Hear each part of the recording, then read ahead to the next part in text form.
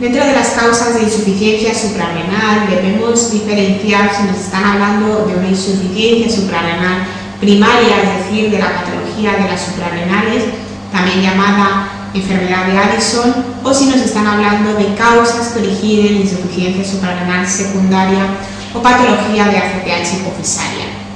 Dentro de las entidades que originan la enfermedad de Addison, es decir, la insuficiencia suprarrenal primaria, nos encontramos la autoinmunidad, la tuberculosis, la cirugía. Si nos preguntan cuál es la más frecuente que origina insuficiencia suprarrenal primaria, es autoinmunidad. La adrenalitis autoinmune es la causa más frecuente de insuficiencia suprarrenal primaria.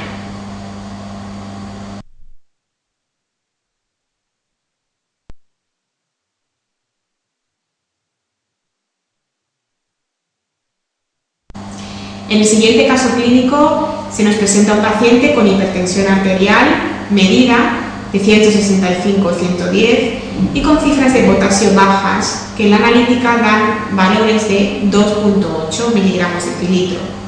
Una vez descartada la posibilidad de que el paciente pueda estar tomando diuréticos, cabría la posibilidad de que se tratará de un hiperaldosteronismo. Cuando sospechamos hiperaldosteronismo, la medición que tenemos que realizar es el cociente aldosterona-actividad renina plasmática. Este cociente suele estar muy alto en aquellos pacientes en los que sospechamos hiperaldosteronismo primario. En el hiperaldosteronismo primario, lo que se produce es una elevación de la liberación de aldosterona por una lesión en las suprarrenales, con una consiguiente supresión de las cifras de renina. Por lo tanto, en los pacientes con hiperaldosteronismo primario, el cociente aldosterona actividad renina plasmática está muy elevado. Si ese cociente no está tan elevado, sino que se encuentra en rangos intermedios, como vemos en el esquema diagnóstico, tendremos que realizar test para ver si una vez hechos el cociente aldosterona actividad renina plasmática persiste elevado. Estos test pueden ser de dos tipos: test que supriman la aldosterona, como es, por ejemplo, el test de Castopril o el test de la sobrecarga salina, o test que hagan aumentar la renina, como es el ortostatismo y la furosemida. Una vez realizados estos test, si el cociente aldosterona actividad renina plasmática persiste elevado, el paciente tendrá diagnosticado un hiperaldosteronismo primario. Dentro de las causas de hiperaldosteronismo primario podemos tener varias lesiones. Las más frecuentes, el adenoma productor de aldosterona o síndrome de Cohn, aunque podría tratarse de una hiperplasia de las suprarrenales o bien de un carcinoma suprarrenal. En el paciente de nuestra pregunta existían niveles de cifras de tensión arterial altas y potasio bajo. Sabemos que tiene una actividad renina plasmática disminuida y una aldosterona alta tras restricción de sodio. En nuestra pregunta teníamos un paciente con hipertensión arterial y cifras bajas de potasio.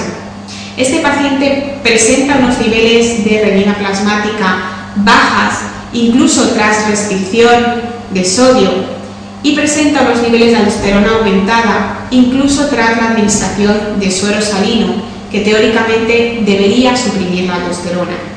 En este caso se trata de un hiperaldosteronismo primario, cuya causa más frecuente, por estadística, es el adenoma o síndrome de Cohn, es decir, la respuesta número 2.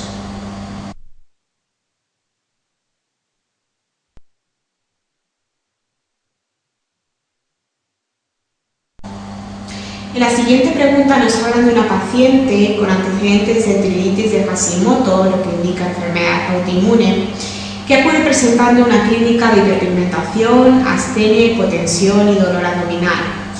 Todas estas manifestaciones clínicas orientan a una insuficiencia suprarrenal que, al presentar la paciente antecedentes de autoinmunidad y antecedentes de hiperpigmentación a la exploración, podemos suponer que se trata de una insuficiencia suprarrenal primaria por una patología autoinmune como es la adrenalitis autoinmune. Dentro de las opciones nos mandan señalar aquella que consideramos incorrecta. La respuesta número 1 nos dice que en esta paciente podría existir acidosis metabólica, hipercalcemia e hiperpotasemia. Efectivamente, La hipercalcemia puede ser manifestación en cualquier insuficiencia suprarrenal, pero hiperpotasemia y acidosis metabólica solamente va a existir en aquellos casos de insuficiencia suprarrenal primaria, en donde también se produzca un fracaso de la aldosterona. Luego, esta respuesta sí puede presentarse en aquel paciente que tenga una insuficiencia suprarrenal primaria, como la paciente de nuestra pregunta. La respuesta número 2 nos presenta una alteración analítica como es la eosinofilia y la anemia normocítica y normocrónica, que se puede presentar en la insuficiencia suprarrenal. Luego también podremos considerarla como una respuesta correcta. La ACTH está elevada en aquellos pacientes que tienen patología de la insuficiencia suprarrenal primaria, es decir, patología de las suprarrenales.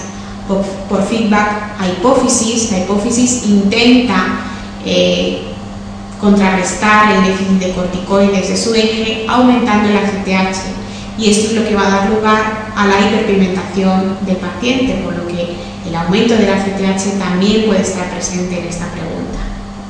Las últimas respuestas hacen referencia al diagnóstico de la insuficiencia suprarrenal. Podemos diagnosticar insuficiencia suprarrenal midiendo el cortisol basal, que viene a ser el cortisol realizado a las 8 de la mañana. Si el cortisol a las 8 de la mañana es muy bajo, puede ser diagnóstico de insuficiencia suprarrenal, y si pasa por encima de ciertos niveles, como ven en el esquema que se adjunta, el paciente habremos descartado que tenga una insuficiencia suprarrenal. En rangos intermedios es necesario hacer una técnica diagnóstica que suele ser un test de estímulo. Cuando sospechamos una insuficiencia suprarrenal primaria, el test de estímulo de elección es el test de ACTH. En aquellos pacientes que tengan una insuficiencia suprarrenal primaria y por tanto un déficit de cortisol, a pesar de administrar el estímulo de la capa que produce el cortisol, no se va a producir una respuesta, y mediante ese resultado de ausencia de elevación de cortisol tras el test de ACTH habremos diagnosticado la insuficiencia suprarrenal. Luego, la respuesta número 5, ausencia de elevación de cortisol tras el test de ACTH, se puede producir en aquellos pacientes en los que diagnostiquemos una insuficiencia suprarrenal primaria. Es una respuesta correcta. La respuesta número 4 es la incorrecta.